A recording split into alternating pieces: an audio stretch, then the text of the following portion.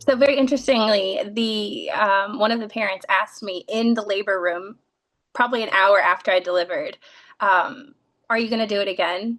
And I think he just knew that I was going to say yes, because I had a smooth pregnancy and I had a very smooth delivery.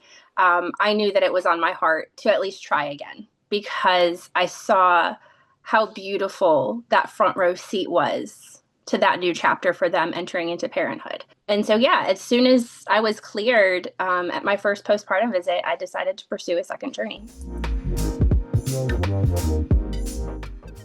So the second couple that I worked with, I understand they were looking for an agency and they had reached out to Surrogate first, and wanted to meet with another French couple that had used Surrogate first and had a successful journey. So they actually did a little meet and greet with the first set of parents that I worked with. And the first set of parents that I work with sent me a text after and said, "Ashley, we really like them. We think that they would be a good fit for you too." And if you've ever talked to a surrogate who has worked with a set of parents who has completed their journey and needs to consider working with another family to pursue a second surrogacy, it feels like cheating, right? You've got a bond and a relationship with the first set of parents, and to have that with somebody else feels very foreign, right? It's not comfortable at first. And so to have their blessing to say, we've met this couple, we really like them, and we think that they would be a great fit for you, it made me feel confident in working with another family. Yeah. So for the second couple that I worked with, we went into the journey knowing that they had two embryos. So we went into the process with the first transfer, and unfortunately, the first transfer did not take. There was no positive pregnancy test at all for that first transfer.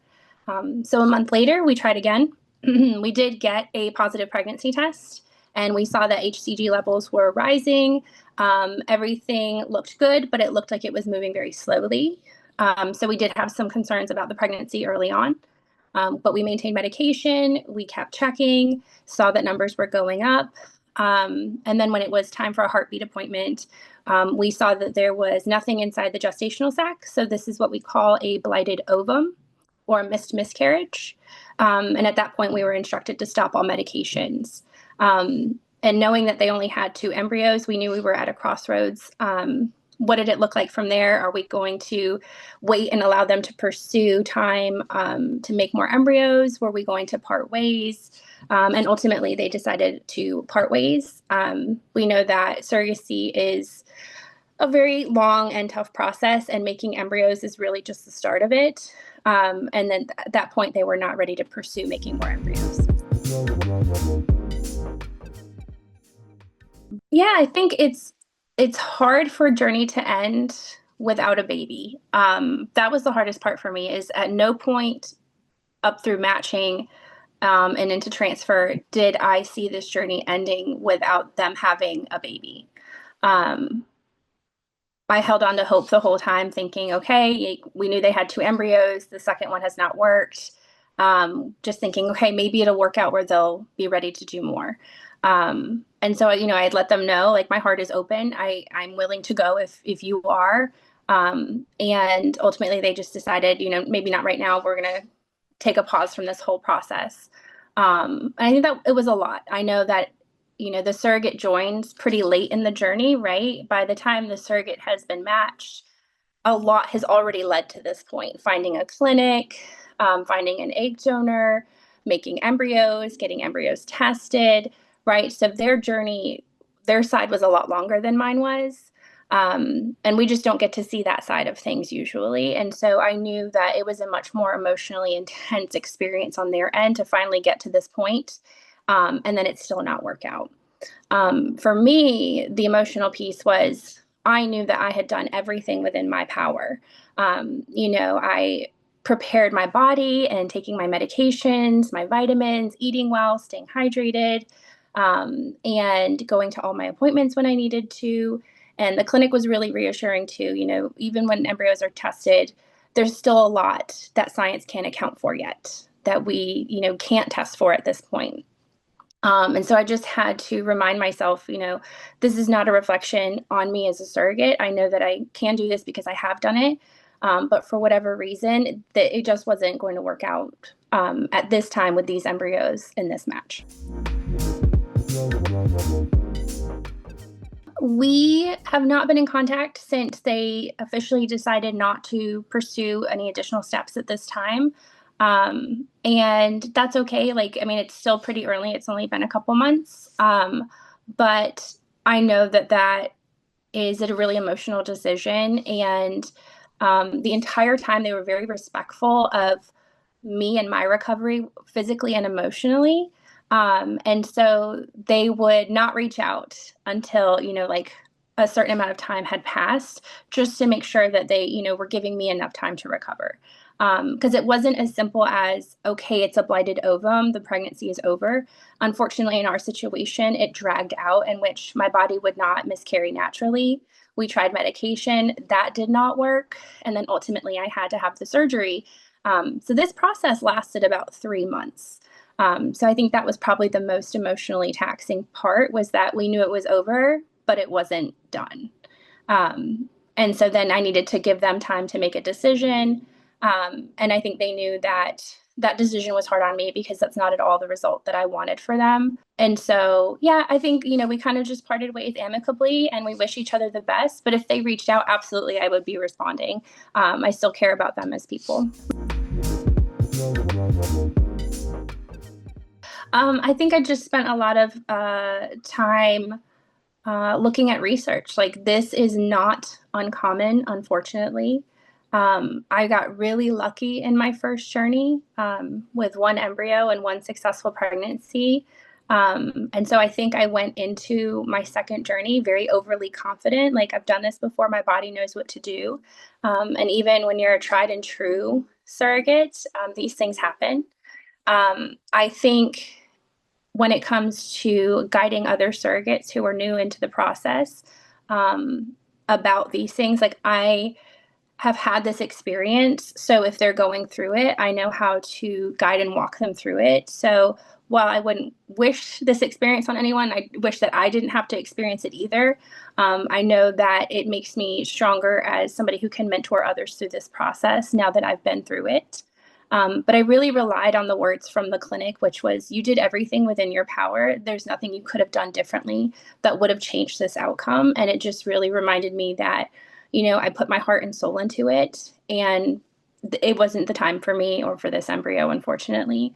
And so I took some time for myself to let my body physically recover, went through all my follow-up appointments. And when she said that everything was good, I had recovered physically. I talked with the agency and said, what do next steps look like? So I could prepare myself emotionally for opening up my heart again to another journey. There is some available through the agency. I did not personally take advantage of it, only because I felt very at peace with where things were. I had a lot of time to process as the journey was happening and as we were waiting to get to the point of the surgery. I talked a lot about it with the clinic and my physician here at home. And then I talked to my case manager, and she had experienced something similar on a journey of her own. And was just like, whatever you need, let us know. And it's hard to know what you need in the moment. But for me, it was kind of, it was just time. It was just time to reflect on what happened, knowing I went into it with the best of intentions, and things don't always work out the way that we hope that they do. And I think the hardest part for me was knowing, that this didn't end up the way that I needed it to for the parents. So I was okay, but I think my most difficult part for me was knowing that the parents didn't get what they were looking for. The greatest joy, it's hard to isolate one thing. I think the obvious is the birth, being there in the room with the parents, watching them meet their child for the first time. There's nothing that compares to that. Um, all surrogates have children of their own, and it's not quite the same as seeing someone else become a parent. It's a very different experience. It's a very different emotion.